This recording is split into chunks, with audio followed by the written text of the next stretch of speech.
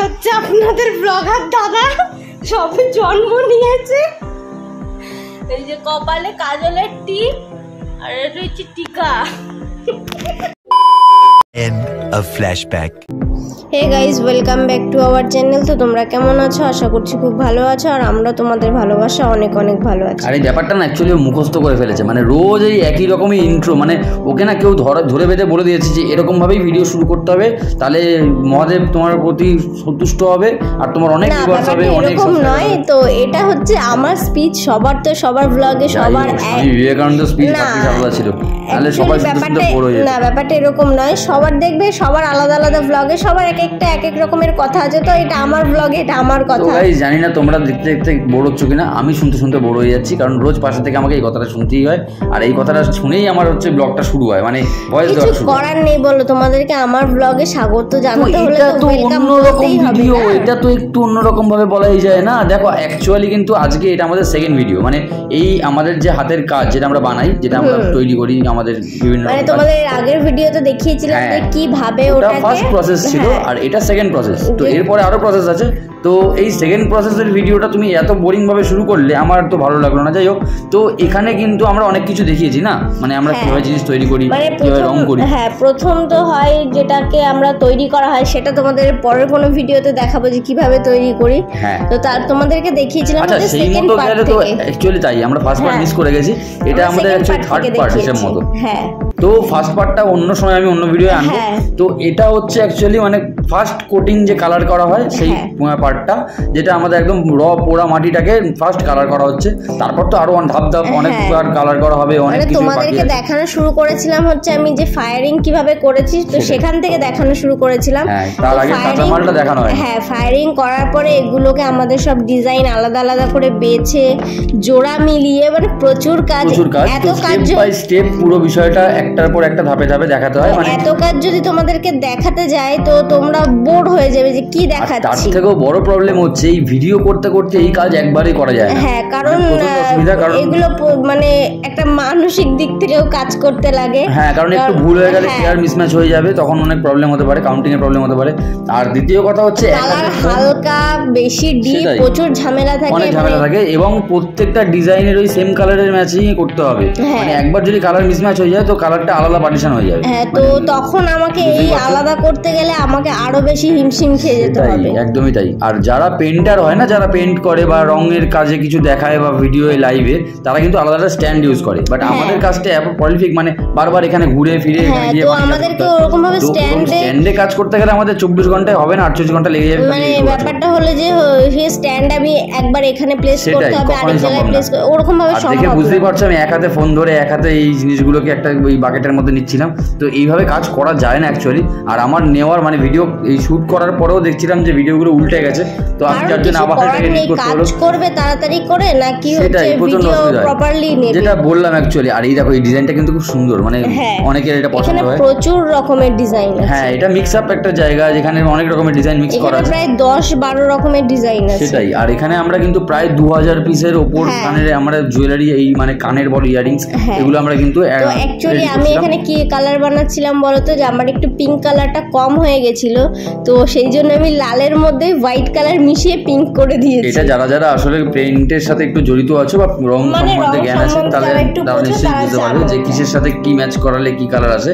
তো আমরা এখানে পিঙ্ক না শুধু, মানে প্রথমে রেড, তারপর পিঙ্ক, তারপর ডার্ক গ্রিন বলতে পারবো, bottle green, blue, navy blue, তারপরে আরেকটা ব্ল্যাক, আরেকটা মেরুন। তো এরকম অনেক কালার ভ্যারিয়েশন আছে, যে কালারগুলো আমরা কাজ করে থাকি। আরো অনেক কালার আছে, বাট এই কালারগুলো মানে এই কালারগুলো হচ্ছে মানে রিসেন্ট অর্ডার ছিল এই কালারে, মানে ফার্স্ট কোট করা হয় এই কালারগুলো দিয়ে, এর উপর দিয়ে অনেক কালারের কন্ট্রাস্ট কাজ হবে। তো সেগুলো স্টেপ বাই স্টেপ অন্য ভিডিও তোমাদেরকে অবশ্যই দেখাবো। তো এখানে হচ্ছে প্রথমে বলে রাখি, এই যে নিচে একটা কাপড় পাতা দেখছো, সিনথেটিক কাপড়, এর মধ্যে কিন্তু এইগুলো অ্যাকচুয়ালি যেহেতু ফেব্রিক কালার দিয়ে করা হয়, তো এগুলো না ফেব্রিক কালার যারা ইউজ করেছো জানো যে একটা আঠার মতো হয়, তো যার জন্য কাপড়ে চিপকে যায়, তো ওটাকে তুলে তুলে আস্তে আস্তে তুলতে হয়, কারণ একবার রং হয়ে গেলে যদি রংটা উঠে যায়, যদি মানে বাই চান্স যদি সুতির সুতির কাপড়ে দিয়ে ফেলো, তুমি ওখান থেকে মাল তুলতেই পারবে না। সেটাই। আর তার থেকে বলতে সুতির কাপড় মানে কটন যে সুতোগুলো থাকে না, সেগুলো ওই রঙের সাথে আঠার সাথে চিপকে যায়। হ্যাঁ, আর তখন মালটা দেখতে মনে হবে কি যে একটা রোয়া রোয়া উঠে রয়েছে মালের মধ্যে। যার জন্য আমরা এই সিনথেটিক কাপড় ইউজ করি। অনেকে অনেক কিছু ইউজ করতে পারে, বাট আমরা মনে করি এটা প্রেফার। তো এটা প্রেফার করি কারণ এটা সুবিধা হয় কাপড়টাও, আর আমাদের মাল তো হিউজ পরিমাণে থাকে, তো একটা বড় কাপড় আমাদের লেগেই যায়। সেটাই। আর ছোট জায়গায় এটা করাও যায় না। আর তুমি দেখতে পাবে মানে তোমরা আসলে দেখতেই পাবে যে এই কাপড়টার উপর আলাদা আলাদা পার্ট হয়ে গেছে। যেখানে রেড করি রেড, যেখানে যেখানে ব্লু করি গ্রিন করি, আলাদা আলাদা ডিভাইডেশন পার্ট হয়ে গেছে। তো এখানে আমাদের হচ্ছে পিঙ্কের কাজ মোটামুটি শেষ না, এটা রেড না পিঙ্ক। তো এরপরে আরো কিন্তু 4টে না 5টা কালার আছে। তো এই কাজটা করতে মানে আমাদের সত্যি প্রথম খুব অসুবিধা হতো, যে কারণ এতগুলো প্রসেস বুঝতেই পারছো। প্রথমে এই মাটিটাকে একটা ডাইস করা, সেটাকে পোড়ানো, তারপর কালার করা। মানে এই প্রথমের কথা বলছি না, মানে তোমরা যবে থেকে দেখছো সেই প্রথমের কথা বলিনি। মানে আমাদের কাজ যবে থেকে শুরু করেছি প্রায় অনেক বছর ধরে, মানে হেফাজত একটা কাজ, কিন্তু দেখতে সত্যি সুন্দর লাগে। আর তোমরা যারা মনে করো, আমি আগেও ভিডিওটাই বলেছিলাম, আগের ভিডিও, যে যারা মনে করো নতুন কিছু স্টার্ট আপ করবে, নতুন কিছু হাতে শিখবে, তো তারা এটা চেষ্টা করতেই পারো বা আমাদের সাথে যোগাযোগ করতেই পারো, অবশ্যই হেল্প করবো, কি না? তো এই যে ব্যাপারটা না, এর কিন্তু আমি দেখেছি প্রচুর কাস্টমার, প্রচুর বিভিন্ন মেলায় বিশেষ করে প্রচুর কাস্টমার কিন্তু এই জিনিসগুলো খুঁজতে আসে। মানে খুঁজতে আসে বলতে আমরাও অনেক জায়গায় অনেক ফেয়ারে বসি, তো মানে লিটারালি কাস্টমার আমাদেরকে খোঁজে, বলে কি যে তোমাদেরকে খুঁজে পাচ্ছি না কেন, কোথায় আমার এই এক্সপেরিয়েন্সটা হয়েছে আর কি, যে মানে লোক খুঁজতে আসে, যে মানে আমি আননোন পারসনের কাছ থেকে রাস্তা দিয়ে হাঁটতে শুনছি মানুষ আমাদের মাটির জিনিস বিক্রি করে এখানে আছে, তারা কোথায়? তো আমি নিজে মানে সত্যি গর্ববোধ হয়, মানে প্রাউড ফিল হয়। হয়তো অনেকেই নাম ভুলে যায়, নাম মানে নাম মনে রাখা তো সম্ভব নয়, কিন্তু অ্যাকচুয়ালি সেরকম কোনো নামও নেই। কারণ খুঁজতে যখন আমাকে দেখে ফেলে, তখন তুমি কোথায় বসেছিলে, তোমাকে খুঁজে পাচ্ছিলাম না। মানে এই ভালোবাসাটা হচ্ছে অনেক বড় একটা। তবে আমাদের ইচ্ছা আছে আগামী দিনে এই কাজটা আমাদের একটা প্রতিষ্ঠান বা একটা নাম দেওয়ার, যেটা দিয়ে মানুষ আমাদের চিনতে পারে।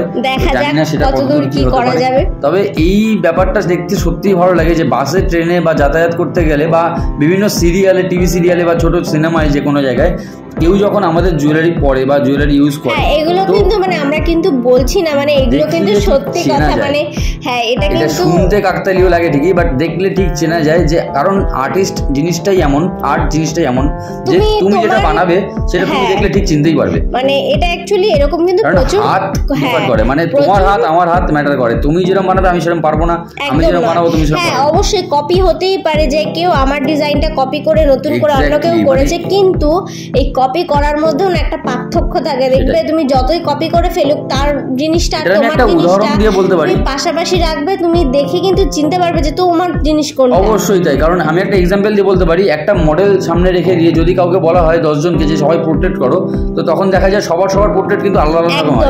ওই একজনকে কিন্তু সবাই আঁকছে বলে সবারটা একই রকম হয় না। তো এখানেও সেম ব্যাপার। তো এইখানে আমরা দেখছি পরের কালারে চলে এসেছি, মানে পরের কালার কি বোধহয় 4 নম্বর কালারে চলে এসেছি। তো এমনটা কিন্তু ভাবার একদমই প্রয়োজন নেই যে আমরা এই কাজ করতে গিয়ে প্রচণ্ড বোর হই বা বিভিন্ন কিছু প্রবলেম আসে, সেটা মোটেও নয়। কারণ অফ ক্যামেরায় এমন বহুত কিছু ঘটে যেগুলো তোমরা দেখতে পাও না বা জানতেও পারো না। তো আমি তার কিছু উদাহরণ তোমাদের এই ভিডিওটার সাথে পেছনে অ্যাটাচ করে দিলাম, সেটা তোমরা দেখতেই পাবে। আর তার একটা রিভেঞ্জ ব্যাপার আছে, যেটা আমি পরের ভিডিওয় নেব অবশ্যই। তো তোমরা ভিডিওটা এনজয় করো। তাকাও কই, এই যে দেখো কিরকম লাগছে তোমাকে।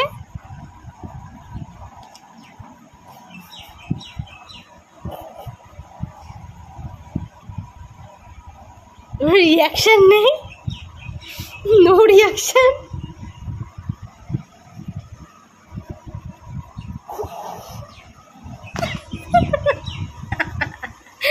কাজ করতে বলেছে, শুয়ে পড়েছে।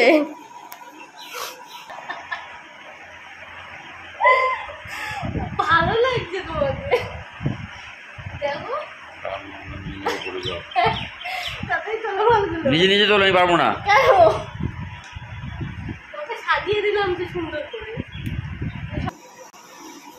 এই হচ্ছে আপনাদের ব্লগার দাদা, সবে জন্ম নিয়েছে। এই যে কপালে কাজলের টিপ, আর এটা হচ্ছে টিকা।